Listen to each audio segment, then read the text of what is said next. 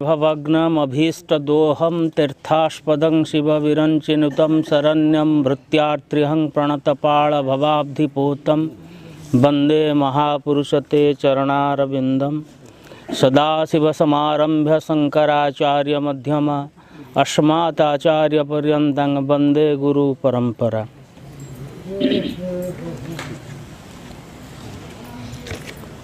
आज कार्यक्रम संचालक परम पूज्य नट बाबांकर चरण बंदन करुछि। आलोक बाबा सत्संग रे सामिल होइथिबा समस्त सज्जन गोविंद बसे सर्वदेह एणुमो नमय निर्भय। बहु कथा मो आसिला बेलठू वेदांतर कथा शुणुछि। ताहा शास्त्रर विद्या जे पर्यंते ताहा आम पई प्रैक्टिकल न होइछि तार कोनोसी रस आमे पाइबाने। विशेषकर सारंकर गोटाए कथा मु शुणुथुली, ये जीव मरण निकट बेगे चिंतई अन्य घट पर जो तर्जमा चलथिला, विज्ञान प्रमाण करुछि शुक्र कीट जेबेठू सृष्टि होइछि तार विनाश होई नै, किंतु केबे सृष्टि होइछि ताहा विज्ञान कहि पारि नाही। तार कारण होउछि science is part of knowledge. ज्ञानर गोटे अंश विज्ञान, but science is not super knowledge. सही होउचंती पूर्ण ज्ञान, ताहा होउछि पूर्ण विद्या। सा विद्या जा विमुक्त है, जीव को मुक्त कर दिए।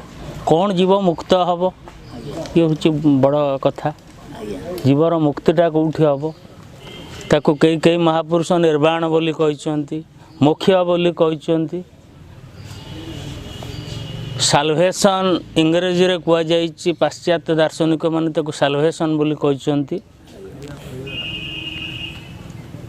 केही काहाकू सेटा देई परिबेने, ताकू दबा पई जो सूत्र दिया जाइछि ताहा सनातन परंपरा रु सृष्टि होइछि।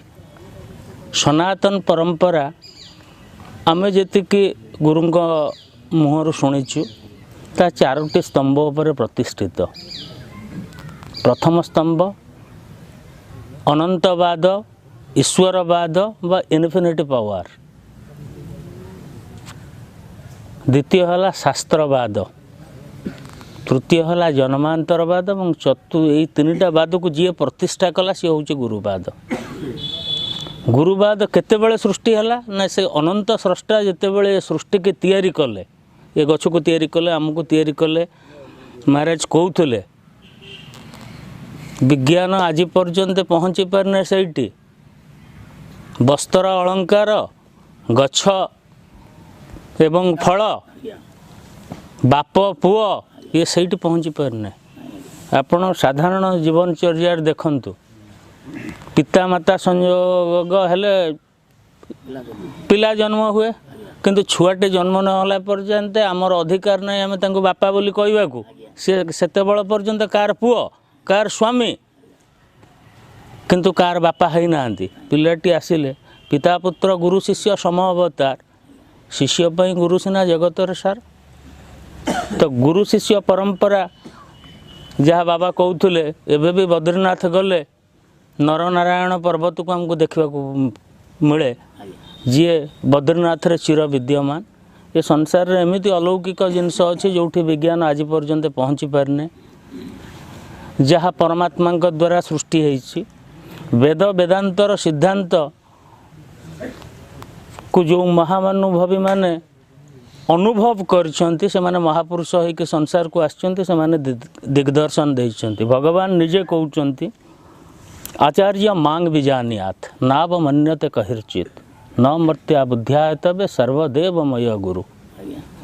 परमात्मा जेतोळे अरूपरु रूप धारण करंती, ज्ञान शक्ति समारूढ़ तत्वमाला विभूषितम भुक्ति मुक्ति प्रदातारं तस्मै श्री गुरवे नमः।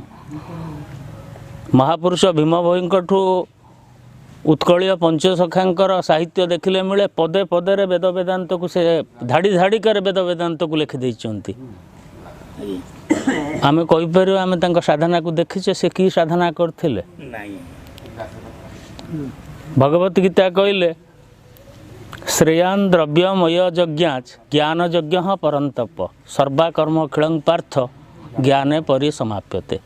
आम जो कर्ममय जगतर कथार अच्छी कर्म से सरजीव जो ज्ञान आरंभ हम एवं तापर कहगला तद्विधि प्रणिपातेन परिप्रश्नेन सेवया उपदेक्षन्ते ते ज्ञान ज्ञानिन तत्वदर्शिन। भागवत कहले से ज्ञानटा कौटी अच्छी ना वदंती तत्वविद जज ज्ञान अद्वेयम ब्रह्मेति परमात्मेति भगवान इति शब्दते।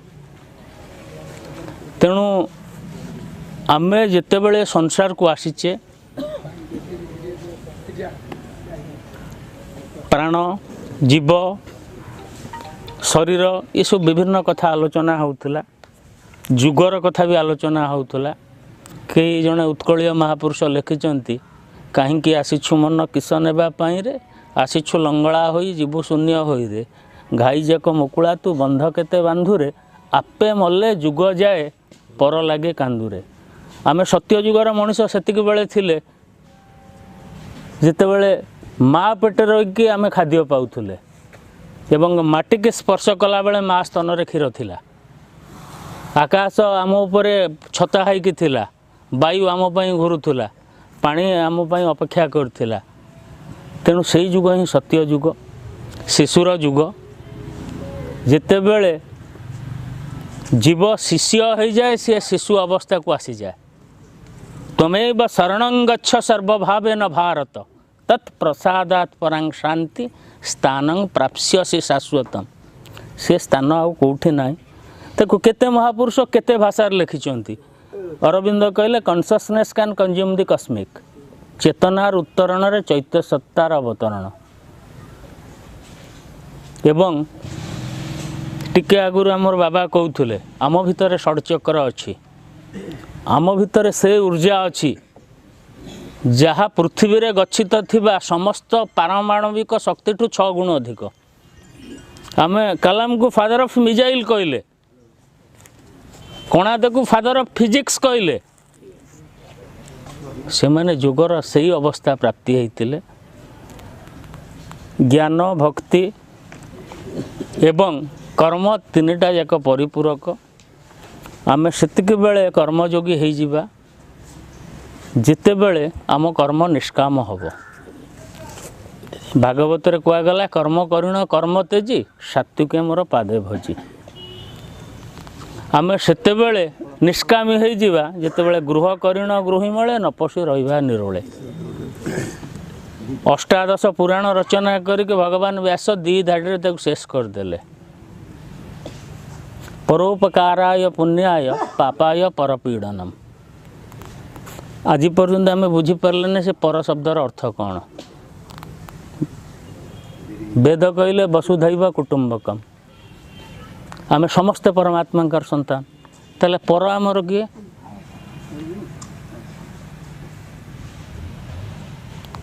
ना पर से माने नेक्स्ट टू अस आमर परवर्ती पीढ़ी। ये बाबा बारंबार संस्कार कथा कहते आमर आचरण जमिति हम आम परवर्ती पीढ़ी उपर ताहा पड़ो। आमे आचरण शून्य होई आमे जोगी न होई कि जोगर कथा कहले किए कहीं आम कथा को आज्ञा शुणिबो। आम जीवन में किसी निर्दिष्ट लक्ष्य ना आम अन्य को लक्ष्य बतैबा। आम कथा कथार कहते 6th सेंस 3rd आई आमर 2टा आखि केवल अन्य को देखा किंतु परमात्मा से आखि से दे नथिले। ये 2टा आखि बंद करके आउ गोटे आखि खोलिया आमको प्रेरणा देते आम किंतु से 2टा आखि बंद करके तृतीय आखि के खोलिले। तेणु आम अंध हो गले। आम जन्मरू आम संगे अविद्या बा अज्ञता अच्छी आ भय भी अच्छी। भय क्या ना गोटाए जिनस मृत्यु को आम अमर किंतु आम मृत्यु को डरुचे। आम जिते शोचे ए स्वप्नर कथा कह जाऊला एवं तुरीय छाड़िले आम जिते राति शोचती गभीर निद्रार शोचती आम पाखे गोटे नाग साप शोले आमको किसी मालूम पड़े चेतना शक्ति आम अकाउंट रे केते पैसा अच्छी आमको मालूम पड़े मोर गोटे स्त्री अच्छी मोर पुओ अच्छी ता कथा मन पड़े भगवत गीतार भगवान कहले स्वाध्याय ज्ञान यज्ञश्च आपणकर ज्ञान यज्ञ सेतिक बेले प्राप्ति हम आपण को जिते आपण सत्शास्त्र स्वाध्याय करेंगे सद्गुरुर शरणापन्न हेबे एवं गुरु कृपा कले शास्त्र आपण को अनुभव देवे से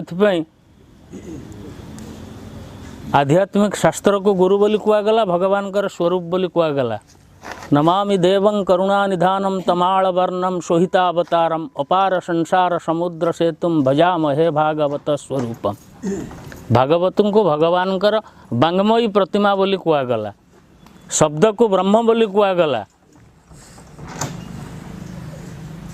एवं वेदांत घोषणा कले सर्व खलु इदं ब्रह्म यदि संसार ब्रह्ममय हुए आमको ब्रह्मानुभव दरकार आ ब्रह्मानुभव आमको सेतिक बेले प्राप्ति हम जिते बड़े आम ब्रह्मानुभवी संस्पर्श रे आसीबा सद्गुरु मानकर संस्पर्श रे आसीबा तेणु यही परंपरा रे समग्र विश्व प्रतिफलित आमे शास्त्रता को सत्वर तम कहले आधुनिक विज्ञान इलेक्ट्रॉन न्यूट्रॉन प्रोटॉन कहला प्रकृति पुरुष आम कहले से एक्स क्रोमोजोम वाई क्रोमोजोम कहला तेणु वर्तमान परोपकाराय पुण्याय आमको तार आवश्यकता पड़ी भारतीय गुरु परंपरा को बंचेवा को पड़ो प्रकृति के बंचेवा को पड़ो जो विश्व वर्तमान जो अवस्था को आसी खाली प्रलय ही प्रलय आ प्रभु सुंदर भाव मो अनुभव रे मु प्रभु को दीटी अक्षर गोटे धाड़ी लिखी प्रलयर भूत जेणु प्रमाणित भूमा सी जितेबले ये प्रलय हम अष्टनाशा कंठ सुखिब नेत्रे चर्म ढांकिब परम पितुला कांदुछि दिने प्रलय हम सी चलीगले ये भूत सांगे मिशीज सी अच्छी बोली मु अच्छी तांकर एक्जिस्टेंस संसार रे खाली मोर मोर कहते किंतु मु बोली किसी जानी ना आमे स्वार्थपर पर कथा केवल चिंता करुचे मो पुअर कौन आवश्यक मो नातीर कौन आवश्यक मो पई कौन आवश्यक से कथा मु भूली जाइचे मोर कार्य कले तार कार्य साधित हो मु जदि रास्ता छकरे बसिक तास न खेली मो पुओ तास खेलने को जीवने ये चिंतन आम मन को आसुने तेणु एमती एक वातावरण सृष्टि करंतु सत्संग करंतु परस्पर आलोचना हो कारण श्रोतावकता जे पचारि ये तीन जन जानती तरी तत्व ब्रह्म सनातन परम आत्मा भगवान आउ सबुठ बड़ कथा कुआगला ज्ञान कर्म भक्ति न ज्ञान सदृश पवित्र मिह विद्यते ज्ञान परि संसार रे जिनस नाही भक्ति रे कहले अद्विष्टा सर्वभूतानां मैत्र करुण एवच निर्मम निरहंकार सम दुख सुखक्षमी संतुष्टं सततं योगी जतात्मा दृढ़ निश्चय मर्योपित मन बुद्धि जो मदभक्त स मैं प्रिय।